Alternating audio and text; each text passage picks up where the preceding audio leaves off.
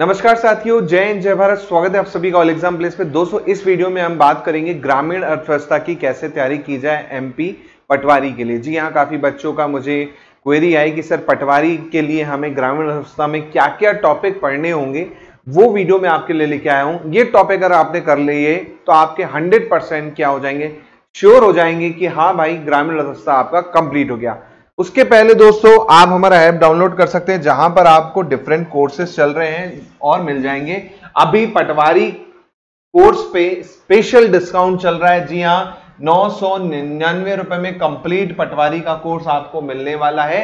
Offer 2 दिनों के लिए वैलिड है, तो जल्दी से जाके ऐप डाउनलोड कर लीजिए और कोर्स परचेस कर लीजिए। इसके साथ साथ और भी डिफरेंट कोर्सेस है, math special, reasoning special, Hindi special, इन सभी में भी बहुत बढ़िया ऑफर आ रहा है, तो जल्दी से ऐप डाउनलोड कर लीजिए। इसके साथ साथ दोस्तों अगर आपको कोई डाउट है तो आप मुझे व्हाट्सअप कर सकते हैं, और आपको कोई भी नोटिफिकेशन चाहिए तो आप मुझे फेसबुक इंस्टाग्राम पे फॉलो कर सकते हैं। वहां पर आपको एग्जाम से रिलेटेड नोटिफिकेशन और बाकी चीजें देखने को मिलेंगी। चलिए तो बात करते हैं दोस्तों हम यहां पर ग्रामीण अर्थव्यवस्था की। तो ग्रामीण अर्थव्यवस्था में टॉपिक क्या क्या है, कैसे क्वेश्चन पूछे जा सकते हैं, पैटर्न क्या क्या होता है, वो पूरा इस वीडियो में डिस्कस करने वाला हूं। शुरू से आखिरी तक इस वीडियो को देखिएगा। चलिए शुरुआत करते हैं। सबसे पहले टॉपिक की बात करते हैं। तो टॉपिक है मध्य प्रदेश में सिंचाई एवं बहुउद्देशीय योजनाएं। जी हां, तो पहला टॉपिक आपको सिंचाई से रिलेटेड पढ़ना पड़ेगा। जो बहुउद्देशीय योजना है उससे रिलेटेड पढ़ना पड़ेगा। जैसे क्वेश्चन आ जाएगा कि सबसे पहली नहर कौन सी थी, तो आपको पता होना चाहिए कि भैया 1923 में बालाघाट में बैन नदी के तट पर आपकी बैनगंगा के तट पर आपकी क्या बनाई गई, पहली नहर बनाई गई, है ना। इसी प्रकार मध्य प्रदेश सिंचाई उद्गम विभाग की स्थापना कब की गई, या मध्य प्रदेश में सिंचाई के साधन क्या क्या है, कुआं है, नहर है ना, नलकूप है और भी है ना। तो इस तरह से आपको क्वेश्चन यहाँ पर पूछे जा सकते हैं सिंचाई और बहुउद्देशीय योजनाओं से रिलेटेड, है ना। या सबसे बड़ी नहर कौन सी है, इस तरह से क्वेश्चन आ जाएगा। या सबसे ज्यादा किस नदी पर नहरें हैं, इस तरह से क्वेश्चन। तो ये आपको अच्छे से पढ़ना होगा। फिर आता है सिंचाई की विधियां। अब सिंचाई की विधियां में क्या आ जाएगा दोस्तों, अलग अलग टाइप की सिंचाई की विधियां होती है। जैसे सतही सिंचाई होती है ना, असतही सिंचाई होती है ना। इसके अलावा वायुवीय सिंचाई होती है, स्प्रिंकलर सिस्टम जो होता है आपने देखा होगा, है ना। सूक्ष्म सिंचाई होती है, डिप सिस्टम जिसको कहते हैं, एक एक बूंद टपकता है। तो इनके बारे में जो मेथड है सिंचाई के, अलग अलग एरिया में किस तरह से सिंचाई होती है, उसके बारे में यहाँ पर आपको पढ़ना होगा। उससे कुछ क्वेश्चन पूछे जा सकते हैं सिंचाई की विधियों से रिलेटेड, है ना।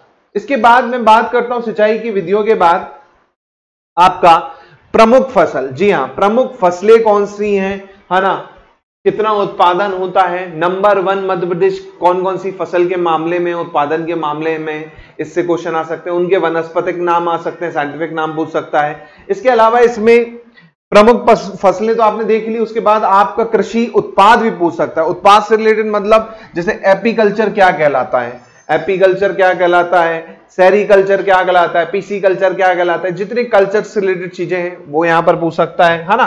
फिर आएगा फसलों का वर्गीकरण। अब फसलों का वर्गीकरण आप सभी को पता है ना। ऋतुओं के आधार पर अगर मैं बात करूं फसलों के वर्गीकरण की, तो भाई रबी की हो गई, खरीफ की हो गई और जायद की हो गई। ये फसलें आपकी ऋतुओं के आधार पर हो गई। ऐसे ही जीवन चक्र के आधार पर भी होती है फसलें, है ना। ऐसे ही आपकी वानस्पतिक वर्गीकरण भी होता है फसलों का, है ना। ऐसे ही विशेष उपयोग के आधार पर भी होती है फसलें। ऐसे कृषि पद्धति के आधार पर भी होती हैं, जैसे झूम खेती वाली फसलें हो गई, है ना, ये कृषि के आधार पे है ना। ऐसे ही दियारा खेती हो गई, पायरा खेती हो गई, है ना, टेरा खेती हो गई, ले खेती हो गई, गली खेती हो गई। तो ये कृषि की पद्धतियों के आधार पे भी है। तो आपको ये पूरा डिटेल में पढ़ना पड़ेगा फसलों का वर्गीकरण।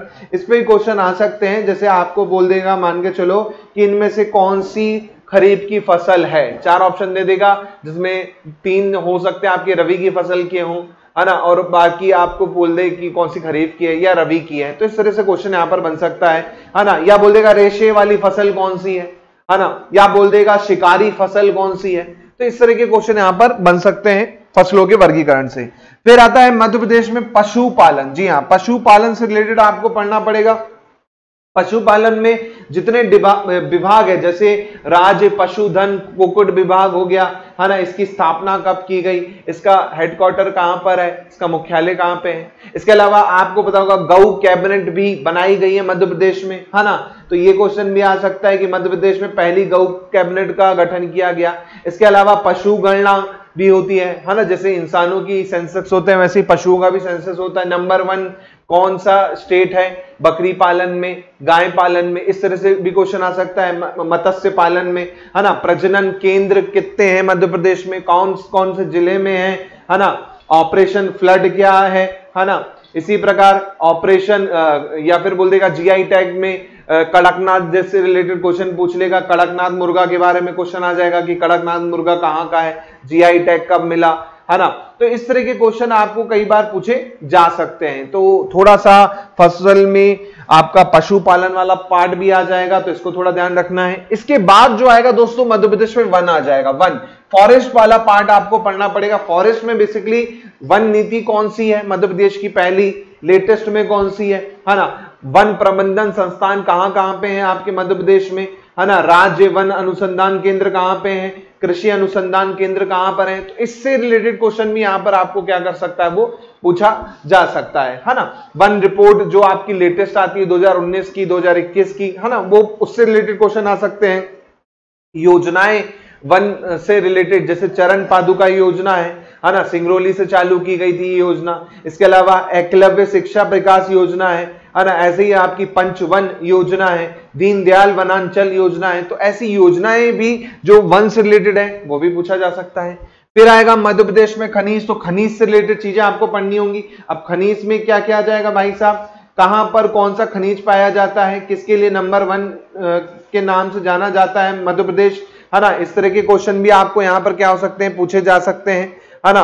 और इसके अलावा मेन बेसिकली आपका नीति पे क्वेश्चन आ सकते हैं कि खनिज नीति पहली बार कब आई, विकास खनिज निगम, खनिज विकास निगम कहां पर है, इसकी स्थापना कहां पे की गई, कौन कौन से खनिज, जैसे हीरा कहां पाया जाता है तो आपको पता है ना। मैंगनीज के लिए कौन सा क्षेत्र जाना जाता है, तांबे के लिए कौन सा क्षेत्र जाना जाता है, काला हीरा यानी कोयले के लिए कौन सा क्षेत्र जाना जाता है। तो ऐसे क्वेश्चन यहाँ पे भी बन सकते हैं खनिज से, या बोल देगा संगमरमर के लिए कौन सा जिला फेमस है ना।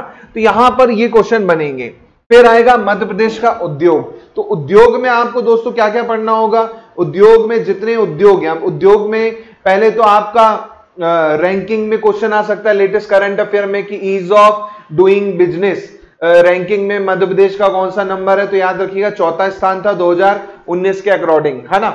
इसके अलावा औद्योगिक केंद्र कितने हैं मध्य प्रदेश में, है ना। इसके अलावा कौन कौन सी योजनाएं चल रही है औद्योगिक से रिलेटेड, जैसे मध्य प्रदेश में मुख्यमंत्री युवा उद्यमी योजना चल रही है जिसमें सब्सिडी भी मिल रही है, सीएम खुद गारंटेड होंगे एज आपके लोन के लिए, है ना। इसके अलावा भेल के बारे में पूछ लेगा कि भेल कहां पर है, जो उद्योग है ना, भोपाल में, आप सभी को पता है भेल के बारे में, है ना, भारत हेवी इलेक्ट्रॉनिक्स, है ना। इससे रिलेटेड भी ऐसे क्वेश्चन पूछ सकते हैं जो आपके हैं, या फिर पीतमपुर में इतनी बड़ा आपका इंडस्ट्रीज है ना, उससे रिलेटेड क्वेश्चन आ जाएंगे यहाँ पर उद्योगों में कि कौन कौन सी उद्योग है, ये चीज कहां पर है, तो ये आपको पढ़ना होगा। फिर आएगा दोस्तों पंचवर्षीय योजनाएं, जी हाँ, फिर आएगा आपका जो पंचवर्षीय योजना है इससे रिलेटेड टॉपिक। अब इसमें क्या रहेगा, इसमें जैसे क्वेश्चन आ जाएगा कि गरीबी हटाओ का नारा किस पंचवर्षीय योजना में दिया गया, या क्वेश्चन आ जाएगा कि मध्य प्रदेश में प्रथम पंचवर्षीय योजना कब शुरू की गई। तो ऐसे क्वेश्चन भी पंचवर्षीय योजना से रिलेटेड आपको पूछे जा सकते हैं।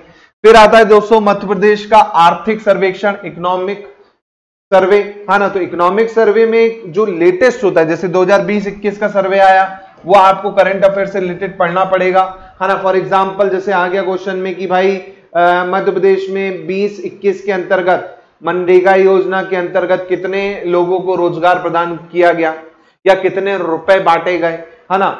इस प्रकार के क्वेश्चन पूछ सकता है। या मध्य प्रदेश की प्रति व्यक्ति वार्षिक आय क्या है 2021-22 के सर्वेक्षण के अनुसार, है ना। तो ये लेटेस्ट डाटा पे आपको क्वेश्चन पूछे जा सकते हैं।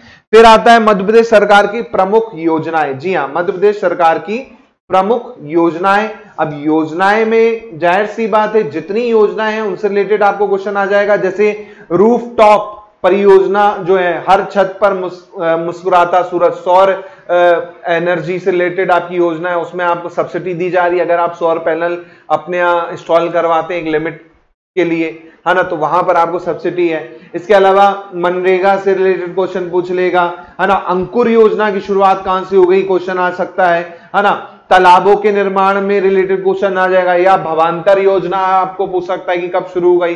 तो जितनी मध्य प्रदेश की प्रमुख योजनाएं जो खासकर आपके गांव से जुड़ी हैं, रोजगार से जुड़ी हैं, विकास से जुड़ी हैं, उससे आपको क्वेश्चन पूछे जा सकते हैं। तो ये तो मैंने आपको टॉपिक बता दिए दोस्तों, जो आपको पढ़ने ही पढ़ने हैं, तब जाके आपका ग्रामीण अर्थव्यवस्था क्या होगा, पूरा कवर होगा। हमारा उससे अच्छा है कोर्स चल रहा है पटवारी का, जिसमें आप सभी के लिए बहुत बढ़िया ऑफर है। 999 रुपए में कंप्लीट पटवारी का बैच। ऑफर के लिए आप कॉल कर सकते हैं 9806883688 पे। होपफुली आप लोग का डाउट क्लियर रहा होगा कि पटवारी के लिए ग्रामीण अर्थव्यवस्था में क्या क्या टॉपिक पढ़ने हैं, ये टॉपिक पढ़ लीजिए। इसके साथ साथ मैं आपको बता दूं, एमसीक्यू की सीरीज भी हमारी पटवारी और ग्रामीण अर्थव्यवस्था की आपको देखने को मिल जाएगी। पूरा का पूरा शानदार तरीके से आपका क्या होगा, वो हो जाएगा। चलिए, तो ये वीडियो दोस्तों अच्छा लगा है ना, तो प्लीज क्या करना है, लाइक करना है भाई साहब, वीडियो को लाइक करना है, शेयर कर दो भैया अच्छे तरीके से, और चैनल पे नए हो भैया तो चैनल को सब्सक्राइब करके बेल आइकन पे क्लिक कर लीजिए। कोई डाउट हो तो आप इस नंबर पे मैसेज, कॉल, व्हाट्सएप जो करना चाहें कर सकते हैं, रिगार्डिंग कोर्स, रिगार्डिंग कोई भी सिलेबस से। मिलते हैं जल्दी। जय हिंद, जय भारत, धन्यवाद।